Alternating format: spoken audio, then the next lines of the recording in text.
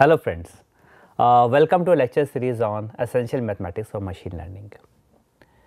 So, however, we have seen analytical methods to solve our nonlinear problems. We have seen if a problem is a convex optimization problem, then the KKT conditions become sufficient. We can write the KKT condition and solve a problem, a nonlinear problem. Now, always analytic methods may not work because of the complexity of the problem, because the problems are not convex, or because of some other reason. So, we have some such techniques, numerical search techniques to handle such problems. So, this lecture is basically devoted to numerical optimization algorithms, that what numerical optimization algorithm which are useful in machine learning. So, first let us understand if you are having an unconstrained optimization problem. We have already discussed what unconstrained means. Unconstrained means without any constraint, without any restrictions. So, that means we have to simply minimize f x subject to x belongs to R n. If we have this problem and we want to minimize it, so the question arises, how can you find a point x bar in R n which solves the problem P, or at least approximately solve the problem P? Because in general our analytical approach may not work for all types of optimization problems. So, we move to search techniques or numerical optimization algorithms. So, what is the basic scheme? See, the basic scheme of any algorithm, of any numerical algorithm is, we have a current point x k, a direction d k. From x k there are so many directions. Say if you are having a point x k, from this x k there are infinite directions, okay, in which direction we should move. So, that direction is basically d k, the optimal direction. Alpha k is a step size, optimal step size, and using this relation the next iteration x k plus 1, which is equal to x k plus alpha k d k, the next iteration x k plus 1 can be found. So, here x k is a current solution, d k is a direction of movement from x k, and alpha k is a step size, the distance up to which we move from x k in the direction of d k to obtain x k plus 1. Okay. Now, how to find alpha k and d k? This alpha k and d k, these are not known to us, only x k, the current solution, is known to us. How can you find alpha k and d k such that we get x k plus 1 from x k in an efficient way? Okay. So, this is the next question. So, if we are having a minimization type problem, as we have discussed here, the minimization type problem, then we have descent property. What is descent property?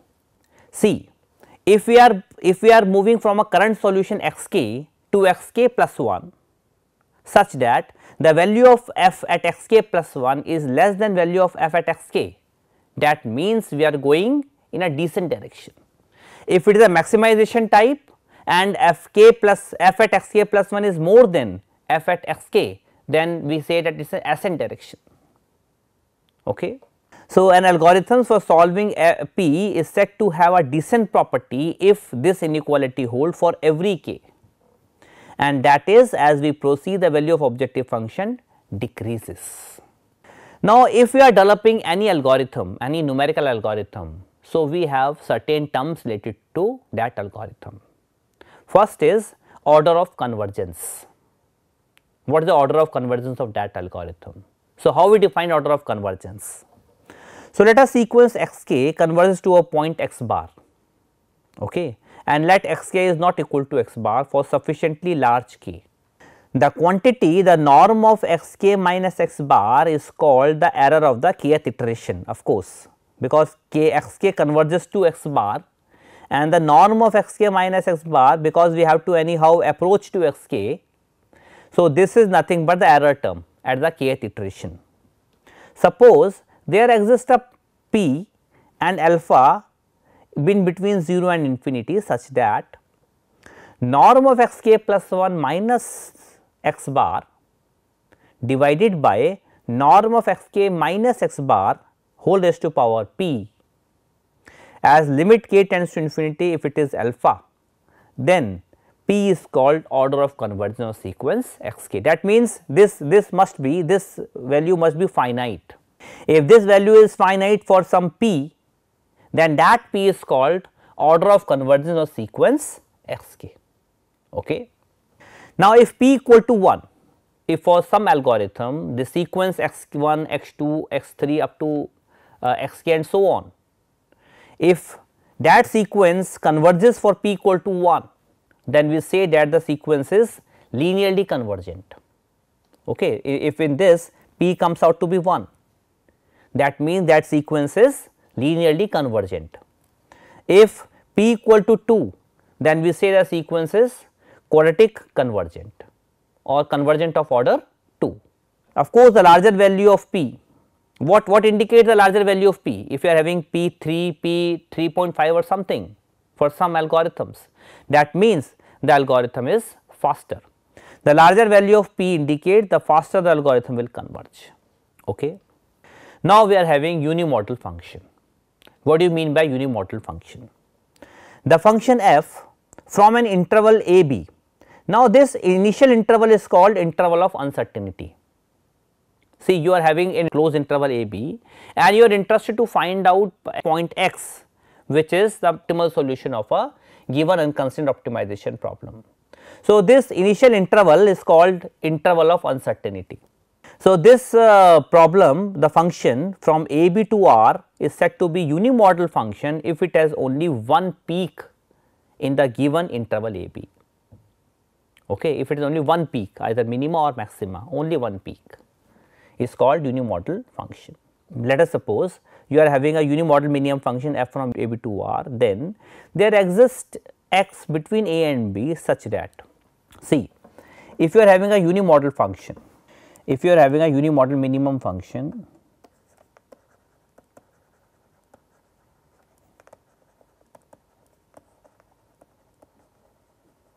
okay. So, it may be of this type, it is only one peak. So, it is unimodal minimum and minimum also. So, it is unimodal minimum function. So, if you are saying that this is a initial interval of uncertainty a b, if you are saying that this is the initial interval of uncertainty a b, then this is a closed interval a b. So, these points are also inclusive.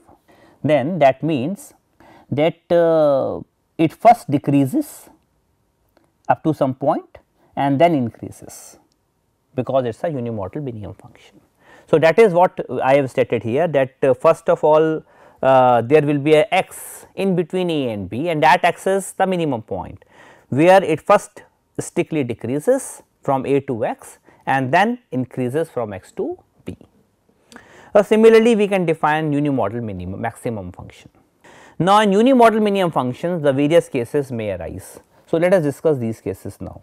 Suppose you are having in between a and b, you are having two experiments x1 and x2.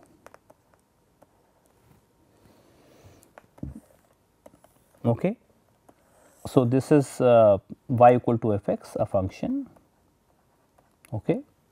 This is a and this is some point b. This is the initial interval of uncertainty a b. Now, you are having two experiments here. Now, the 2 point x1 x2 may be anywhere in between a and b, and let us suppose x1 is less than x2 and between a and b. So, let us suppose x1 is here and suppose x2 is here. So, in this case f(x1) is more than f(x2), because this height is more than this height. So, where does maximum belongs to? It implies x minimum will belongs to which interval? See, this x minimum is somewhat here. Okay. Now, this x2 may be here also, this x2 may be here also. So, we can say because this is f(x1) is less than f(x2), so this point may be here also.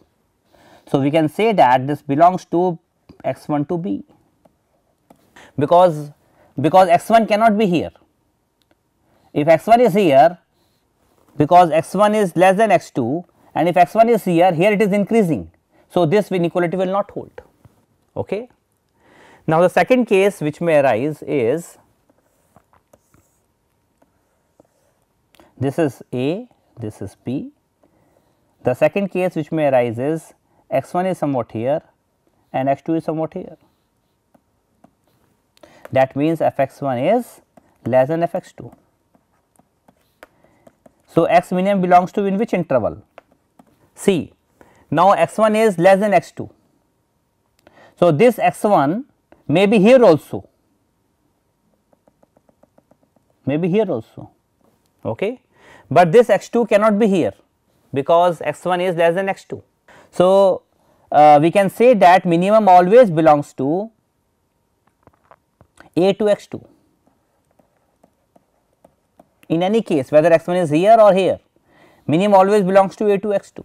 So, this is the second case, case 2. Now, what is the case 3? Case 3, it may be that you are having unimodal minimum function like this. This is a point A, this is a point B, and the two experiments which you have found x 1 and x 2, you are having two experiments such that f x 1 is equal to f x 2. Okay. So, you will be having only 3 cases, either f x 1 will be less than f x 2, or f x 1 will be more than f x 2, or f x 1 equal to f x 2. If it is equation, then this implies x minimum will belongs to, of course, in between x 1 and x 2. Okay, x minimum is here, somewhat here. So, that is basically unimodal function. So, if we are dealing with a unimodal function and we are finding experiments by any method, then either these 3 cases may arise. So, if you have a unimodal function, by any experiments you find experiments x 1 and x 2, then each time you are reducing the size of the experiment. Okay. See, if x 1 and x 2 are like this, that f x 1 is less than f x 2, then x minimum will belong to this. Then that means now the new interval of uncertainty is a to x 2 instead of a to b, and then you will perform the same method on this interval, and if again it comes out to be this, then again the size of the interval will decrease and the process proceed, continue till you get the required accuracy. Now, how we can find out measure of effectiveness of an algorithm? So, that will be simply given by width of the nth interval of uncertainty divided by initial width of uncertainty. So, that is basically alpha, and this alpha is always less than 1. So, this is how we can define measure of effectiveness. Now, let us come to the first method, which is steepest descent method. Now, what is steepest descent method? See, suppose you are having an unconstrained optimization problem of this type, minimization of f x, x belongs to R n, where f has continuous first order partial derivatives in R n. Okay. Now, what is the numerical algorithm? The algorithm is, you first choose a starting point as x 1. We can take a point, initial point as x 1 or initial guess as x 1, and move toward the optimal point according to the following rule. So, rule is the same rule which we have discussed initially, that x k plus 1 is x k plus, here alpha, initial alpha k you are having lambda k d k. Now, d k is a direction, and here is a minimization type problem. So, that direction must have descent property.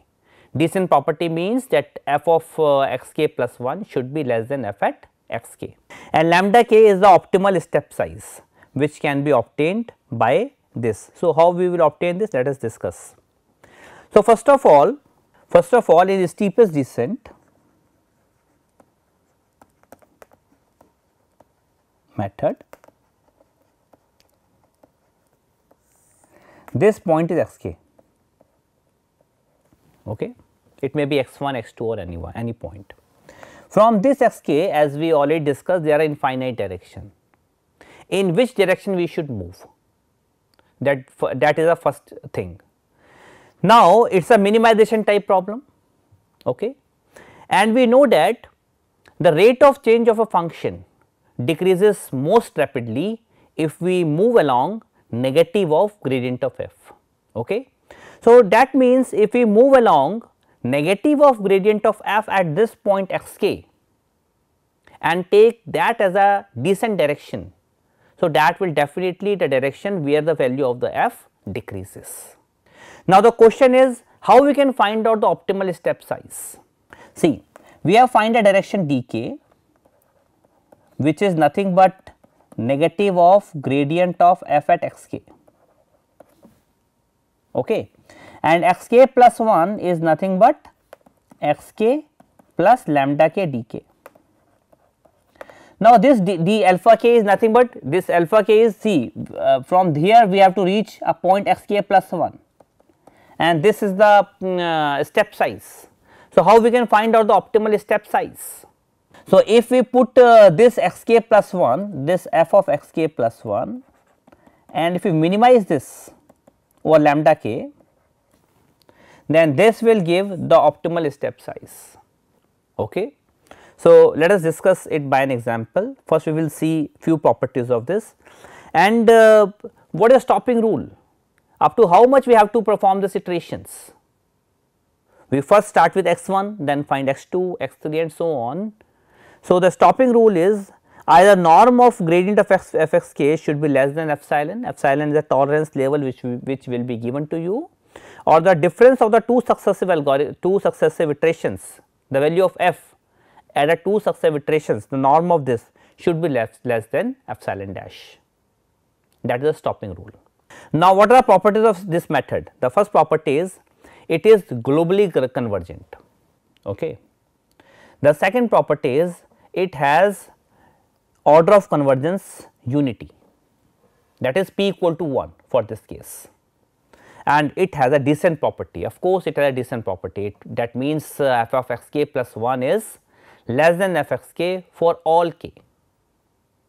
So, that is an important property and it is very easy to understand, easy to apply, that is why we are using this algorithm in machine learning. So, let us discuss this method by a example. Suppose you want to minimize this function x 1 square minus x 1 x 2 plus x 2 square such that we want that the difference of two consecutive values should be less than 0.05 and it is given to us that initial gas as 1.5. So, what is the problem? Problem is minimization of f which is equal to x 1 square minus x 1 x 2 plus x 2 square. This is the problem. Okay. So, what is the initial gas? Initial gas is 1 comma 1 by 2 half. So, first let us find gradient of f. So, what is gradient of f? Gradient of f is 2 x 1 minus x 2, here it is minus x 1 plus 2 x 2 whole transpose. So, this will be gradient of f. Now, what is gradient of f at x 1? At initial gas x 1. So, put x 1 equal to 1 and x 2 equal to half. So, 2 minus half is 3 by 2 and it is 1 by 2. So, that is 0. So, it is 0 transpose. So, this will be gradient of f. Okay. Now, what will be d1? d1 is nothing but negative of gradient of f x 1 and that will be nothing but minus 3 by 2 and 0 transpose. Okay. So, the x 2 from the steepest descent method by the recursive algorithm, that will be nothing but x 1 plus alpha 1 or lambda 1 d 1, that will be nothing but x 1 plus alpha 1 times minus 3 by 2 comma 0. So, that is this transpose. So, what is x 1? X 1 is 1 by 2 transpose plus alpha 1 minus 3 by 2 0 whole transpose. So, that will be 1 minus 3 by 2 alpha 1 and 1 by 2. So, that will be x 2. Now, how to find x 2? You simply substitute this point in this function and now it will be a function of single variable alpha 1 and try to minimize that function. We have to find out alpha 1 for which that f is minimum. So, simply substitute this over here. So, let us try to find out. So, what is f x 2? F x 2 will be, f x 2 is you replace here, you replace x 1 by 1 minus 3 by 2 alpha 1. So, you replace x 1 by 1 minus 3 by 2 alpha 1 whole square minus 1 minus 3 by 2 alpha 1, and x 2 is what? X 2 is half. So, it is half and plus 1 by 4. So, now it is a function of single variable alpha 1. So, you differentiate respect to alpha 1 and put it equal to 0 for maxima and minima. So, it will be 2 times 1 minus 3 by 2 alpha 1 minus 3 by 2 minus minus plus 3 by 4 and put it equal to 0. Second derivative is, of course, second derivative here is positive, that means minima. Second derivative with respect to alpha 1 is positive, that means minima. Okay. So, let us compute alpha 1 from here. So, 2 cancels out. So, it is nothing but minus 3, and it is plus 9 by 2 alpha 1 plus 3 by 4 equal to 0. So, that will be this implies 9 by 2 alpha 1 should be equal to 3 minus 3 by 4. So, it is 12 minus 3, that is 9. So, it is 9 by 4 alpha 1. So, this 9 by 4. So, this is simply 9 by 4, and this imply alpha 1 is 1 by 2. So, in this way we obtain alpha 1.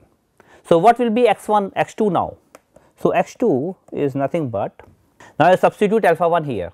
Alpha 1 is what? 1 by 4. So, 1 by 4, that means it is 1 by 4 and half. So, it is 1 by 4 and half whole transpose. So, this is x 2. Now, we will compute f x 2 minus f x 1 and its norm or modulus. We will see whether this value is less than 0.05 or not, because that is a stopping rule here, that is a stopping rule here. If this is come out to be less than 0.05, that means we will take x 2 as the approximate solution of this given problem. So, what is this value? So, now we will see here. So, I have shown for x 2, and you can verify that f x 2 minus f x 1 is 0.75, which is not less than 0.05. So, hence this means we have to proceed further. So, in the same way we will find x 3 now. Now, x 3 will be given as x 2 plus alpha 2 d 2, alpha 2 or lambda 2, both are okay. So, lambda 2 d 2, x 2 is what? X 2 from here is 1 by 4 1 by 2. So, you can substitute x 2 as 1 by 4 1 by 2, lambda 2 is lambda 2, and d 2, how you will find d 2?